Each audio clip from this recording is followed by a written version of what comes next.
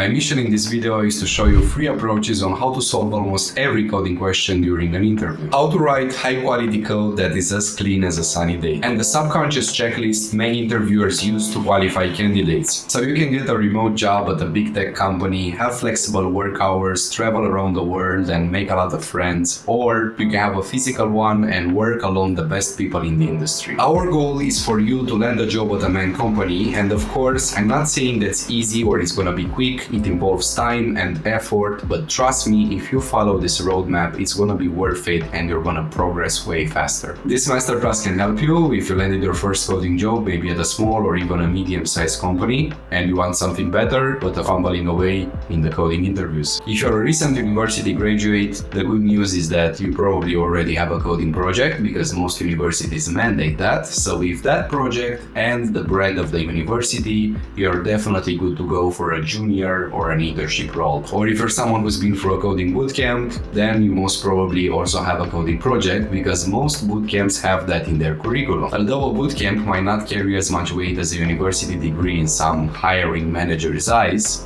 trust me, with the skills you acquired in that school, you're more than good to go for a junior or an internship role, and of course you're gonna build up from there. However, if you're a complete beginner, a baby coder, so to speak, then this masterclass won't help you at all. I'm just gonna be honest, because you'll still need to do the extra work of learning a new technology or a framework in order to build a real-life coding project that is gonna stand out on your CV to get those technical interviews booked. So why should you listen to me, right? Does this process even work? Well, let me show you our student success and their stories just to motivate you a little more. After about 9 months, I got 2 offers, one from Google and one from Microsoft. Last summer, I had an internship at Huawei in Finland. So that was the first time when I got to work with the computer vision. So now I have an internship at UiPath. It's a firm here in Romania, and I'm a machine learning intern now. I did learn a lot that helped me pass the interviews that I've taken and feel a lot more confident in my ability to take those. And so ultimately the end result was getting a full-time job, which I really enjoy now. Currently an iOS developer at Vanguard. Apparently I've got an offer after all those interviews, which was first for Spain, if I remember correctly, but I've chose to remain in Bucharest after all, and I've got a role for Amazon in Bucharest. I got hired through a temp agency, so initially they hired me as like a temp to hire. After 6 months, they liked my work and hired me full time. And now I'm going on my 3rd raise right now here, and I've been with my company going on 3 years now. So I work for the U.S. government, which is why I just keep saying company. I was staying in my parents' house at the time, and I'm 42, right? So I got a brand new career that is able to support my family. So you're looking at my inside office right now. I mean, I'm enjoying that dream. And so I mean, that's what was made possible through this. I'm working full-time at Weave as a site reliability engineer. So Weave is a Utah-based health company. I work remotely from India. Before Weave, I was associated with Samsung. I started traveling like India. Mostly I have explored like North India and South India as well. So I've been to like more than 15 states, different treks, mountains, beaches. So that actually helped me to as it's remote, so I could go anywhere and then work. So now basically I'm working remotely, and now at the end, like I have a salary probably 5x the salary from 5 years ago. I have everything that I have dreamed 5 years ago, you know. So like the most beautiful car, in my opinion, right? The most beautiful family. I have a job that allows me to stay home and take care of the babies. So of course that's a blessing for me. A change that I can actually observe is that I'm getting lots of messages on LinkedIn. Usually I'm getting messages every day, maybe 2 or 3 messages per day. My inbox is kind of full because of that.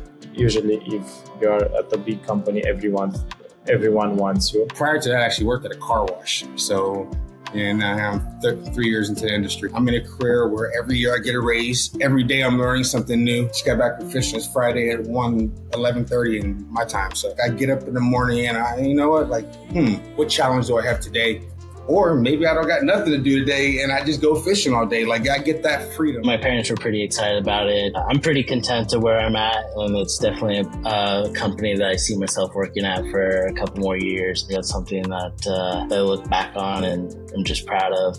Because it did take a lot of work, especially coming from a non-computer science degree, to kind of learn those fundamentals, to pass the interviews, and then to ultimately get the job. So I think there was a lot of work, but ultimately it was worth it. How did we came up with this method? For the 9th grade, found a computer science class, applied for it and got accepted. And in the first 2 weeks, the professor actually split us into 2 teams. The one that went to the Olympiads and the other. I remember that I failed that test and it was a big deal. I really wanted to be in the second one. So what I did was, I noticed that the other guys were participating in a contest, online contest, and what I did was just start solving the problems from that contest, and I took it to the professor and he immediately noticed that and put me in the other team. I continued with the online competition, even though I wasn't good. I remember a really important moment for me was when this graduate student came to the class and showed us an amazing technique on how to solve a Rubik's Cube with one hand blindfolded. No, I'm just kidding. It was about segment trees, really advanced topics, and it was amazing. I realized that you can do so many innovative things like Google Maps or genome editing with programming that you couldn't do with anything else. And I imagine myself being able to actually build something that can have a huge impact on people's lives. From that point, I realized that this is what I want to do with my life. I decided at that point that I'm going to try for the International Olympiad and I'm going to work as hard as I can to be able to achieve that. In the 12th grade, I remember that I was skipping classes. Instead of going to class, I was going to a computer science lab preparing for the Olympics. And that guy who presented in the 9th grade became my mentor. He taught me a lot of lessons, how to approach problems and become really good and compete at the highest level. He also did that free of charge. And at that point, I decided to pay it forward by teaching other students and preparing them for the Olympics. So in the 12th grade, I qualified to the National Olympic team, but failed to qualify for the International Olympiads. I missed by a small margin and I failed to make my dream come true. Then I had to face life and go to university. During university, I participated in 5 European contests. That's also when I started teaching other students, training them for the Olympiads especially. One of my best students, 81, got to the International Olympiads and got silver and gold medals. I also got the incredible opportunity to be part of the scientific committee for the Olympiads. I was part of the committee for the International Olympiad in Australia in 2013. So I finally got my lifelong dream of going to the International Olympiad in Informatics become a reality. It wasn't exactly how I was expecting it because I wasn't a contestant but rather in the scientific committee. But it still counts, right? After finishing the first year of university during the summer, I got a job at Adobe as an intern, and I think the Olympiads helped me a lot with getting this first job because problems were very similar to the ones on the Olympiads. So in the second year, I worked for a company that developed a product for airline collisions, and finally in my 3rd year, I got an internship at Facebook, which was an amazing opportunity to work in San Francisco, Palo Alto. Really interesting project that did some statistics for their servers. I got to work with really smart people and I learned a lot from them. One day, all of a sudden, they asked all the interns to go on a road trip. A bus comes, we go inside and we couldn't see anything outside. They take our phones, so we didn't know where we were. So we got there and it was a big mansion. Mark Zuckerberg and his wife welcomed us with their dog, which has apparently a Facebook profile. There was some barbecue, a pool, and we got to talk with Mark himself about our projects, and it was exciting to get to know him just a little bit. After talking with him just for a few minutes, I realized something important. He's not a robot, like I am. He was a really cool guy, gave me some tips about my project, and it was a cool experience. After that, I started my master's degree in Netherlands, Amsterdam. I was also building my own startup with another guy. It was a music recommendation app. We worked for 4 years at that startup, but it didn't work out. That's when I found the first senior role at Ubisoft in Bucharest. The team was amazing, and I really learned a lot from them. We were building a payment API for their in-game payments. I left Ubisoft because I got an amazing offer from a New York startup. I was going to work for a really interesting project, which was an autocorrect and swipe technology. I was keyboard. I worked there a year and a half, mostly remote, but I also went 3 months to New York in Manhattan. After that, I worked on a startup called Grow Engage, which was finding content that could become viral for a specific Facebook page. So we actually got an artist 7 viral videos that landed more than 100 million views. We had to stop that because of copyright issues in the end. Afterwards, I found another startup in New York called US Mobile. They currently are doing 100 million in revenue. I basically did their backend along with 2 other talented engineers. After that, I started another startup with a guy from US in the blockchain space, and that's how I actually got into the Forbes 30 under 30 in Romania, which was a delightful experience to be there. I built a prototype for a real-time optimal exchange algorithm. The other guy didn't know how to sell it, so he called it quits. A couple of years back, I was learning React and coding on a few online platforms. I was super frustrated, and I imagined how it would be nice to have a similar coding tutorial for algorithms and data structures while I was learning programming and algorithms for the first time on my own, especially coding interviews. After a few months, I saw Andy on YouTube. I approached him and told him my ideas. I knew him from when he was in high school, when I was his mentor for the Olympiads. I knew he was extremely smart, so that's when we started working on this project. What actually made this method super powerful is that since I was 9 years old, my parents valued education a lot, as my mother was a teacher and my father was an engineer. And so they kind of wanted me to go on the scientific path, and they weren't earning as much. And already the trend with software engineering and how much money programmers make kind of contributed to that choice. And my father was also super good at mathematics in his youth, so that was the perfect match. And so we made a team and we started doing a lot of problems and solving together, learning stuff for the Olympia. And that work kind of paid off because 4 years in a row, I managed to compete in the National Olympiad in mathematics. In my last year of competing, I had this super good teacher from a bigger city because I was in a small city, and without good teachers, it was super hard to compete with the best. And I was super disappointed because I never got medals. And so I was like, this is going to change my career. This teacher is amazing. I'm working a lot. And unfortunately, it didn't go as well as I wanted. I just scored 1 out of 30 points in that Olympiad. And so you can imagine I was devastated and disappointed. And the cherry on top of the cake was that I had this colleague which worked half as much as me, but he competed in the National Olympiad in informatics or computer science. And he managed to do all of these big achievements like getting a gold medal, qualifying in the national squad, preparing for international Olympiads. And I was super sure inside myself that I worked much more than this guy, and he's not much smarter than me, but the competition was much smaller and he was praised all over the city. He appeared in those newspapers. I felt a little neglected and in the shadow. And so that's why I made the decision, you know what? Let's put all this brain to work into computer science and make a future there. And this time it worked out super well and I was super proud of myself. Again, 4 years in a row, I managed to compete in the National Olympiad in Informatics. I managed to get into the national squad. When I was 17 years old in my 11th grade, I even placed second in the National Olympiad.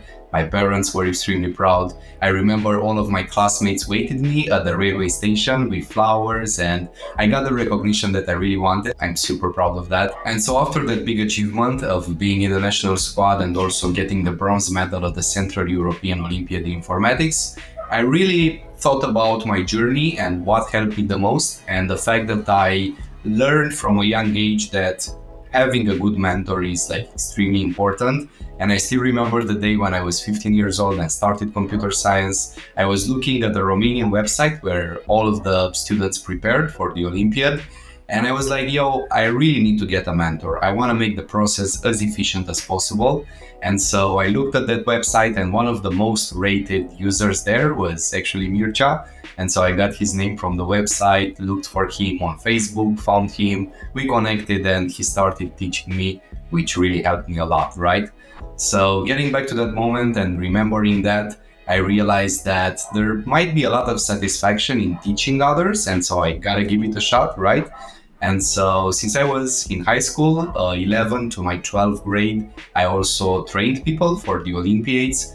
And it was a super amazing opportunity for me to see their growth and also my growth from teaching stuff I really crystallized a lot of concepts better and I enjoyed it a lot. First, I was going to learn all of this new cool stuff at university, and so I tried my best. I was attending every class, every homework, every laboratory, but I got bored super quick, and I'm not gonna lie, I was kind of depressed because I was thinking, what's wrong with me? I really hate this stuff. There was a lot of theory and a lot of math, and I just didn't feel like doing that. And so I was really questioning my choice. I know it sounds weird, but yeah, I started going to some student bars and partying more than studying. It was super interesting that at that bar, I actually met a guy who was older than me, and he was already working in the software engineering industry. And I kind of told him what I was going through, and he said that, yo man, just cool down. I know it's really bad now, but you're gonna figure out that it's fine and you actually don't need a lot of this theory, and you're gonna learn more at an actual job than what you learn at university. So that guy actually gave me the confidence that I needed. I still continued studying, but not super into it, but I was able to pass all of my exams, and I actually managed to get 2 jobs in my second year. In the first one, I was a machine learning engineer intern, and I actually enjoyed it. It was pretty cool. Wasn't a lot of practical stuff. I didn't get like a full-time offer after. But then the problem was with my second job, which I really was excited about, to be honest. But when I got at the job, I started to hate it immediately. It was a super small company, the management was bad, my tasks weren't clear, the deadlines were all messed up, and I didn't have mentors. Like, it's just, you have this task, you have 2 days, figure it out, I don't care, see you in 2 days. And so I didn't really resonate with that, and I quit immediately. I think I lasted like 4.5, maybe 5 months there. And so I applied at Amazon's, and actually they gave me an online assessment, 1 hour, some coding questions which I was able to solve, and it was all good. And then we scheduled 3 back-to-back interviews in the same day, 45 minutes each, where the first 35 minutes were technical, and then I was given an behavioral interview question. The coding interview questions themselves were pretty easy because I was so used to the Olympiad level, and that level is much harder than the coding interviews one. So fortunately, I was able to solve all of them optimally.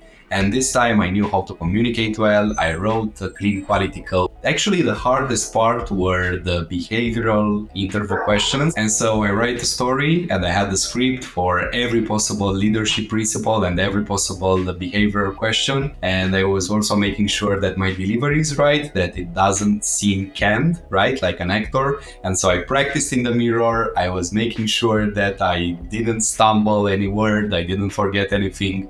And fortunately, that worked out, and I got the job. And so the good news came, and I was able to get a full-time role at Amazon Berlin, which I was super excited at first. I called my parents, they were crying, and everybody was happy. But after considering it a bit and taking some time, I realized that I was going to switch for an internship role. And thankfully I was able to do that because I was already thinking about starting my business and continuing teaching students the art of computer science. As an intern, I was assigned some tasks which actually got into production after I finished them, and so real people started using them live on Amazon's official website, which I got super excited about. It was a lot of hard work, but I can never forget how proud I was of myself when I started myself using the code that I've written live on the Amazon website. That's pretty cool, right? During these 3 months, I made some good money, and I was able to save a lot of it. And I was super excited that in the end, my hard work paid off again, and I got an offer to be a full-time software engineer to go to Berlin and work in the team. But I declined that, and I still remember that moment to that day. When I called my mother, I told her the good news, and then I told her the bad news for her, that I was going to refuse the offer because I really felt like I want to continue with my own business. I already started working with Mircea, we were super excited, and I always enjoyed teaching. As I told you, I started teaching at 17, so I had 4 years of teaching till that moment, and it really made me fulfilled. I still remember to this day when I was 20 in my dorm room at university. It was the moment when I kind of started my own business, so to speak. I bought a whiteboard and some markers, and I had my iPhone, and I shot an entire Udemy course on algorithms and data structures from my dorm room with the sunlight that I had, which were like 3 hours a day. And that course received amazing feedback, and so that even made me move forward. Not to mention the results from the students that I was mentoring one-on-one, so I was super close to them. I was preparing them for the Olympiads in informatics, and I actually have a student who managed to qualify in the national team and also got the silver medal at the International Olympiad in Informatics. So it's true, some students will definitely surpass their mentors, and that's how it should be. I'm super proud of him. And of course, along with lots of students who do really well at national Olympiads, and some of them even at international contests. And so with my plans of growing my business and reaching even more people, I also started a YouTube channel. I started to post theory lessons continuously there. And that's how Mircea found out about my channel and reached out to me. And I was super happy that I found finally a business partner who I know is super smart, who was my mentor in the past, who I'm really cool with to grow the business. And that's how it started. From our journey of me getting to Amazon and Mircea getting to Ubisoft, a huge problem is that most of the people out here or online are like, what do I need for my coding interviews? And they find online a bunch of topics like hash tables, linked lists, sliding window, sorting, and all of these interesting topics, and they like jot down and make a shopping list and start searching online. What is a hash table? How should I sort an array? What is dynamic programming? And here's the problem. It's like wanting to write a complex novel without even knowing your ABCs. Let's say you look online and you find a hash table coding interview question, and you try to solve it and you're stuck. You have no idea.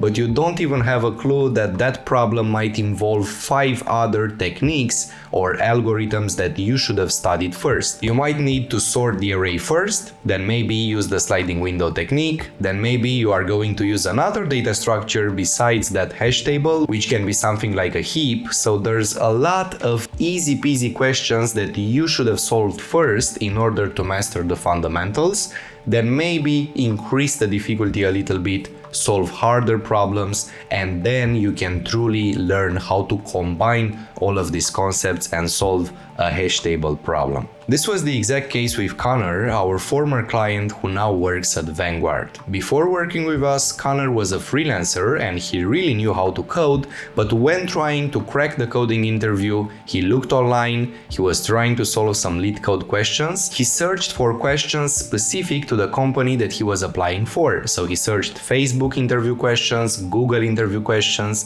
and some of them were even categorized as easy, but he had no idea on how to approach them. So when he showed me some of the coding questions that he was trying to solve and even wasn't able to solve on his actual interviews, I wasn't surprised at all, because each and every question consisted of 3 to 5 different techniques, which he wasn't aware of and hasn't solved any coding question with each of those techniques, and so the step was too steep for him to take and obviously bummed a lot of interviews. Websites like LeetCode lead you to company-specific coding interview questions, but they leave you hanging when it comes to the how-to part. This is a process. You have to solve a series of simpler coding questions and really master the basic stuff before you can jump to the big guns. And another one of the biggest mistakes candidates do in coding interviews is writing code that is too hard to read for others. In my second year in university, I landed a big interview with Bloomberg. They even flew me out to London and put me in a super nice hotel just for me to be able to hold the interview on site. I was super excited. The interview was smooth sailing and I found the coding questions really easy, and this time I actually communicated better, but there was still a major problem. My code was trash. I guarantee you that nobody could read it and understand something of it. And this really makes sense because in the Olympiads, nobody cared about code readability. I mean, you just were given a problem, you should write some code that is fast enough and produces the correct output, and a machine will evaluate it, and if both these conditions are satisfied, you will get 100 points. But in coding interviews, they care a lot about the quality and readability of your code, because guess what? If you're going to land a job, you're going to work within a team, and a lot of people are going to read your code and they should understand it. But unfortunately, I had no clue about this when I went to the interview, and you can imagine I bombed it. And that's another major problem people have when preparing for coding interviews on websites like LeetCode, because their judging system is the same as the one I had in the Olympiads. Nobody actually looks at the quality of your code, they have no flag, no score for it, and so you can feel amazing that you grind a lot of problems and have accepted on hundreds of them, but the quality of your code is not. It's just like baking a cake. You can mix in all the right ingredients together and get a cake out of the oven, but how do you know that it's good? Does it look good? Is the texture good? Is the taste good? You really need somebody else to taste it so you can get that feedback. Adding fuel to the fire, most of the discussions in the communities or the comments on these coding questions show people that wrote poor quality code, and this is a problem because you're gonna feel like you're on the right path because your code is similar to them, and you're gonna keep repeating the same mistakes and bomb interviews without even being aware. To level up the quality of your code, consider using these hacks. First of all, ditch names like X, Y, array, and stuff like that is meaningless and nobody can understand what its purpose is. Instead, use meaningful names like first name, age, country, and anything that's relatable. It's like the roles in a play. They have to make sense and they make things a lot clearer. Next on the list, code architecture. And trust me, your worst enemy is duplicate code. If you have 10 lines of code here and the same 10 lines of code in other place in your program, or even if they are 90% the same, then you probably can use a function, incorporate all of that code into a function with arguments that is going to solve a specific task, and you can call that function for how many times you want.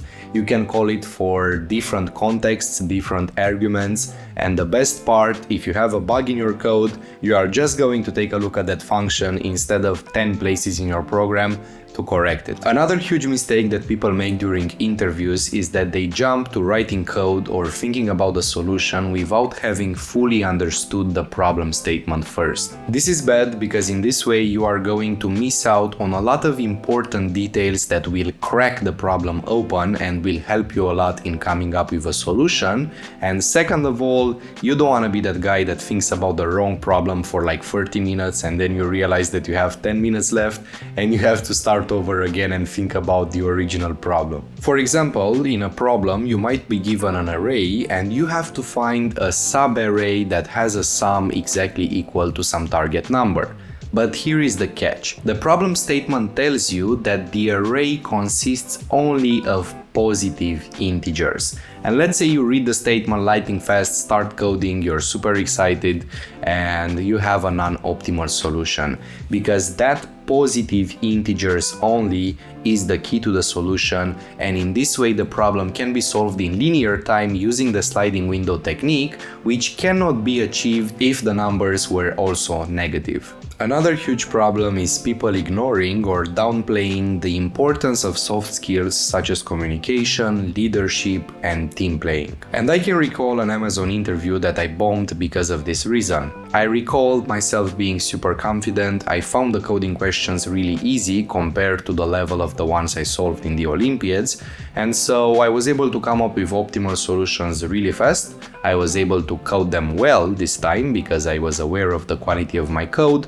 and yeah, I was like, there's no reason that I can fail this interview. But the problem was that I went through all of that lightning speed like it was happening in my brain, and this led to the interviewer thinking that I found the coding question online, that I learned the solution by heart, and I was just spitting out to him like a poem. During the coding interview, you get a good chance of showcasing your leadership skills, especially if you're well prepared and can solve these questions pretty easily. You gotta be like a captain, you gotta take the interviewer through your thinking process, leading him every step of the journey, like even starting from a brute force approach, taking the time to explain what's the disadvantages of that, it is slow, it won't work on larger inputs, and then how you can improve that approach and what you can optimize using an algorithm or a data structure, and how you are going to reach the final solution instead of just spitting it out in 1 second. Do not forget, these big tech companies not only want great problem solvers, but also great team players. So you gotta show your communication skills, because even if you land a job, you're gonna work in a team of software engineers, you are going to see them every day, maybe online, maybe on site, who knows, but you are going to think about solutions together, you are going to split your tasks together, you are going to maybe be accountable of each other. So this is as important as solving a problem optimally. And many times that interviewer might end up being your colleague. So trust me, they are looking for team playing skills and you gotta show them that. How do you do that? After taking your time to carefully read the problem statement, you ask insightful questions, such as, how big can be the input size? Are we working with 1 million numbers or at most 100,000 numbers? Are those numbers positive or they can also be negative? How large are the numbers? Are there any edge cases possible, like being given an empty array as the input? This shows that you're not only scratching the surface, rushing to write code to pass the interview, but you're thinking about it, you're diving into it, and you pay attention to important details. Talk about code performance, time and space complexity. Explore the trade-offs of one solution against to another in different situations, like larger input sizes or situations where you need less memory and you can sacrifice the time for that, and of course explore alternative paths. Leadership is about being proactive, is about being the captain in command. So don't wait for them to ask these questions, because most of the time they are not going to, they are expecting you to ask them, and do it.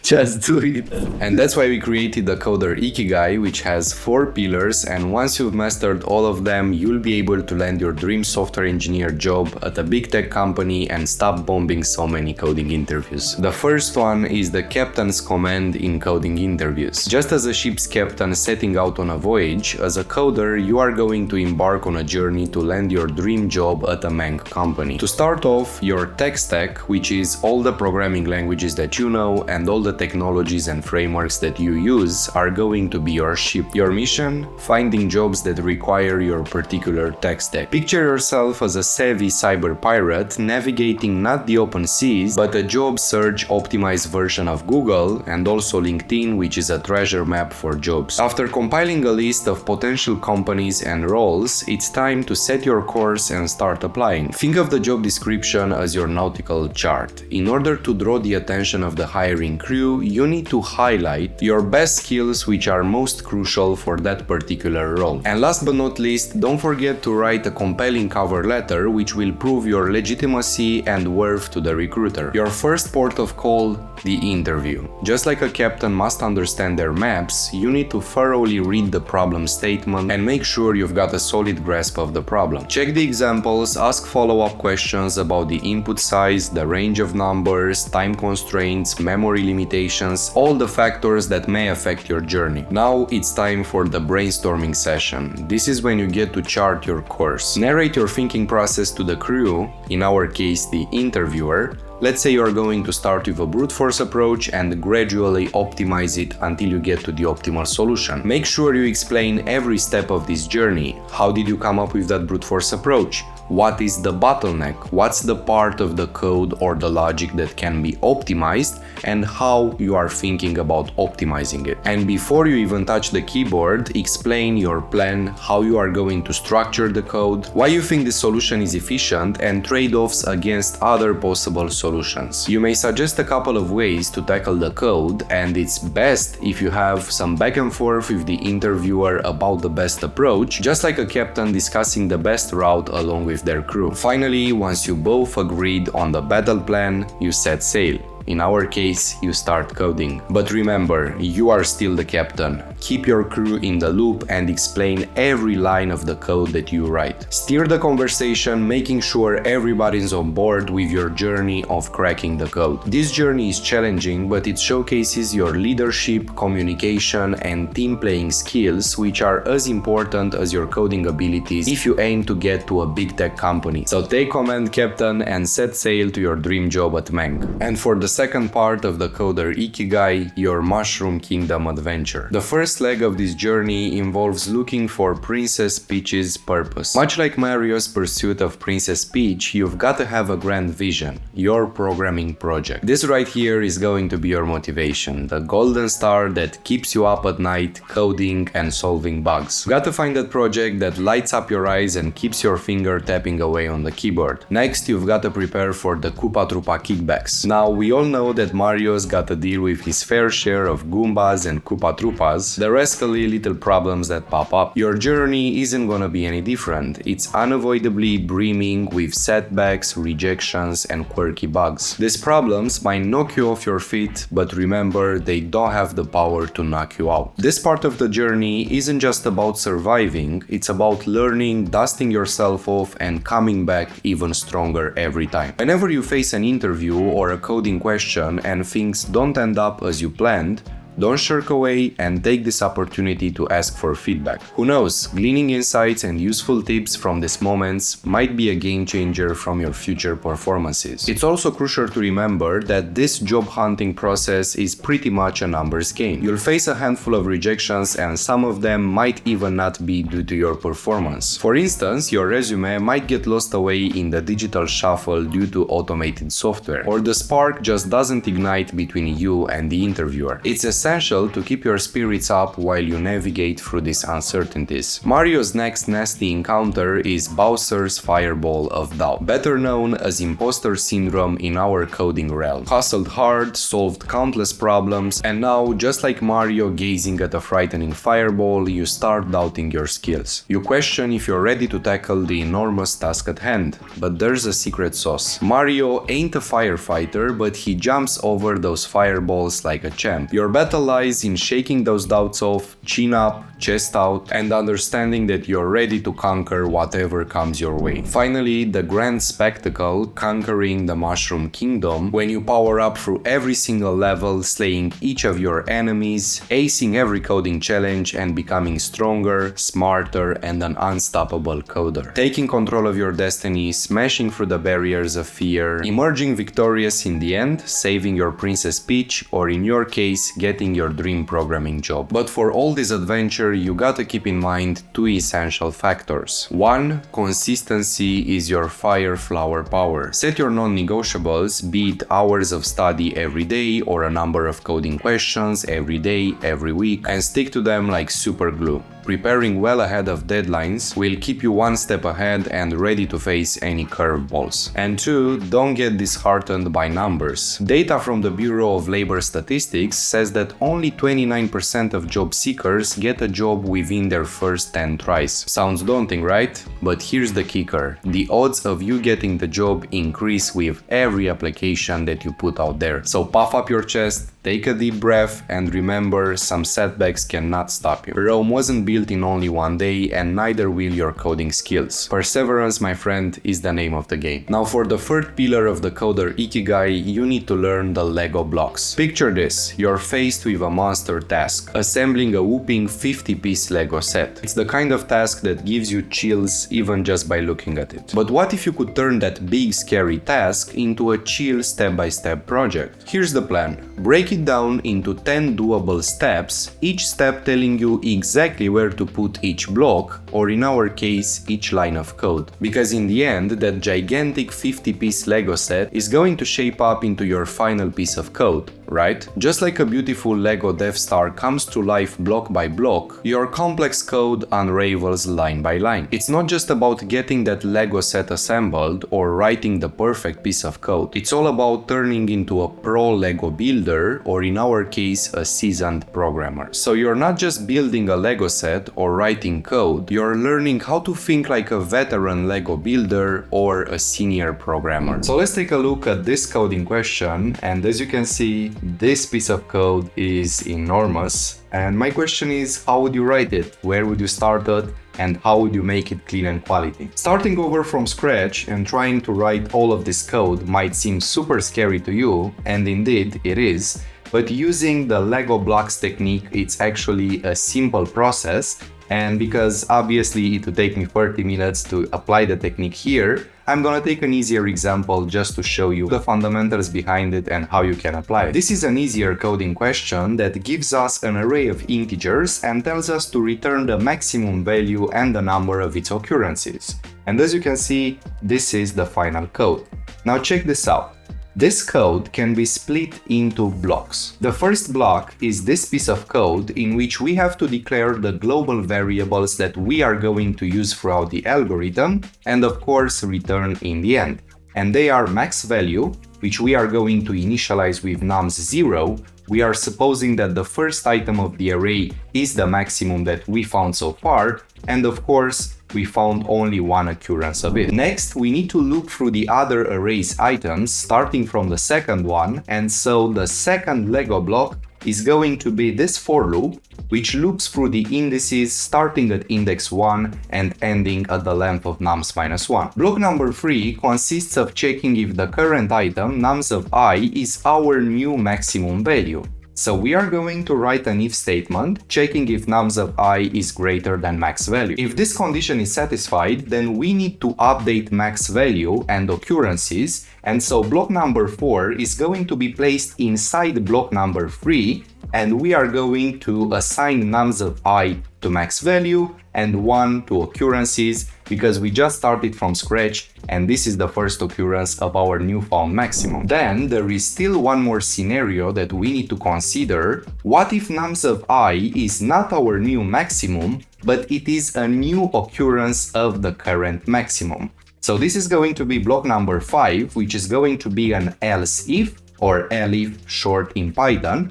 We will check if nums of I equals max value, and if this is the case, we need to increment the value of occurrences. And so block number 6 is going to be this incrementation, which will be placed inside block number 5. And last but not least, after all the work is done and we finished looping throughout all the items of the array, we have our answers inside our two global variables, max value and occurrences, and so we are going to return a list consisting of these two items, and this is the final block. And the last but not least is the master key trio. Just as a locksmith carries a set of master keys to unlock any door, our technique arms you with 3 master keys or pillars to unlock the solution to any coding interview question. When one key doesn't fit, you simply try the next, confident enough that one of these 3 master keys will click the door open, leading you to the solution that you seek. The first master key is the brute force approach. As an example, it looks like a tortoise in a race. It's the first thing that comes to your mind, but it's often super slow and everybody laughs at it, seeing it as impractical. But here's the twist. This slowpoke can help you find the areas that need a speed boost. Once you find the bottleneck of this algorithm, which is the part of the logic that needs to be improved, you can then use a slick technique or a data structure or classic algorithm that you've studied before in order to get to the optimal solution. A funny thing happened to a friend of mine, Narcis, when he was interviewing for Gameloft. During the interview, he was given a super tough problem and he couldn't nail the optimal approach down. But what he did is that he wrote a brute force algorithm, communicating it perfectly to the interviewer, and guess what? He got the job because he was actually the only candidate which came up with something. The other ones who drew a blank weren't so lucky. So never forget, a slow solution is infinitely better than no solution at all. It's like the hare and the tortoise, right? And second of all, many times. You just need to tweak that brute force approach and you will get to the optimal solution. The second master key is simplification. Picture this: you're wrestling with a problem that's throwing you around mammoth numbers, like let's say up to 1 million. It's a bit like trying to swallow a whole pizza in one bite. So why not simplify the problem? Break it down. Start with a mini pizza slice, a version of the problem where the numbers are only 0 or 1. Little baby steps. Once you've figured out this downside version of the problem, you can slowly scale it up. Think about what if the numbers were 0, 1, and 2. By the time you've nailed this, you'll find scaling the solution to handle the problem with huge numbers like up to 1 million as easy as a pie. Here's another example. Let's say you work with a problem involving 10 different types of fruits: apples, oranges, kiwis, etc. Your task is to rearrange these fruits in a certain way. Before you start juggling with all of these fruits, let's just trim the problem down to only apples and bananas. Can you solve it with just these 2 fruits? Great, you've cracked the problem for 2 fruits. Now let's up the stakes a little bit and work with 3 types of fruits. Let's take apples, bananas, and now add strawberries. Will the previous solution for 2 fruits work now with 3 fruits? If yes, that's amazing. If not, it's probably 80% the same, but just needs a little extra, a little tweak, maybe another condition, maybe another piece of logic. You've just solved the problem for 3 fruits. Now what about 4 fruits? If the previous solution works here, then you're onto something. It will probably work for 5 fruits, 6 fruits, and so on and so forth for the original problem of 10 fruits. And this is how you simplify a problem. You start small, figure out the basic pattern, and then you scale up. It's like mastering a tune on the piano, one note at a time, until you're playing a symphony. And the third master key is the pen and paper approach, which is just like being a detective. You gotta get your hands dirty with a bunch of examples, crack them open on paper, and scout for patterns. So let's say you've got a basket with 2 apples, 1 banana, and 1 strawberry, and you got to arrange them in the order given by the problem. You will take this example, solve it on paper, and you will notice that the solution is apple, banana, apple, strawberry. You then start wondering, why in the world is this order? What's the pattern? What observation can I make? Then the aha moment comes. The fruit that's most plentiful in the basket takes the lead role. It's like the star of the show. You then start asking, will this golden rule work with any basket of fruits? Maybe there were more apples, more bananas, and even some oranges. And if the answer is yes, you're definitely onto something. That's your first big clue.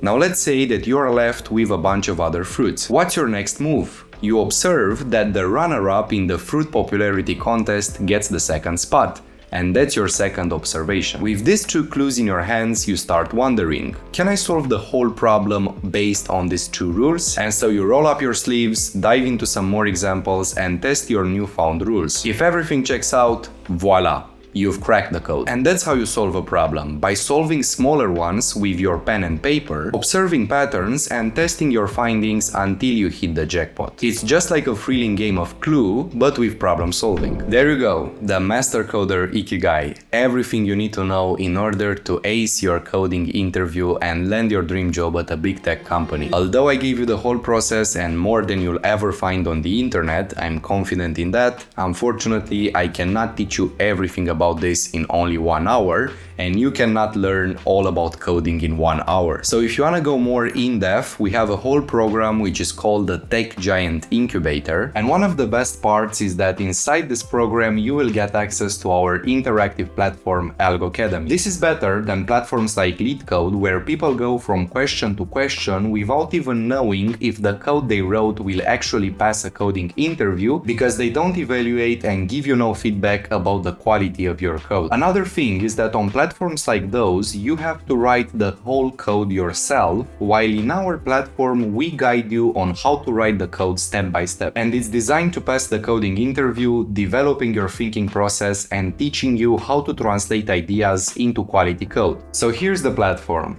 We have the learning path, where we have 37 modules and we continuously add new modules.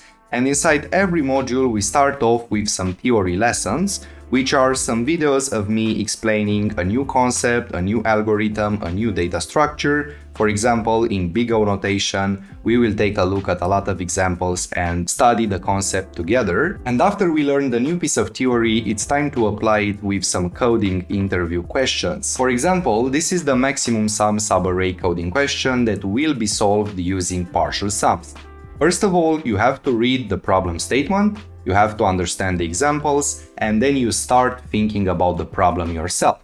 You will take some time, and whenever you are stuck, we give you hints just to get you unstuck and move forward to generate new ideas and come closer to the solution. So for example, here is the first hint, then if you get stuck again, you have the second hint, and so on and so forth. If you finished all the hints and still can't crack the problem, I have a comprehensive video explanation to see how I'm thinking about the problem, how I'm approaching it from scratch, using the master key trio and everything that I taught you inside this masterclass. And after you got the logic, it's time to write the code.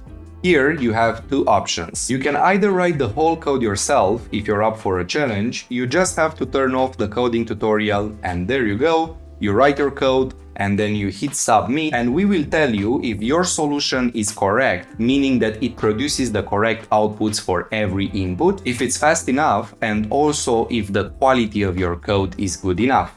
If not, you are going to receive feedback on what to improve. Or the second option is to use the interactive coding tutorial, so let's turn it back on, which is implemented based on the Lego blocks technique. The final piece of code is split into our Lego blocks, and at every step we tell you in plain English what the current block should be and where it should be placed. So for example here, we need a variable maxsum in which to store the maximum subarray and so on and so forth.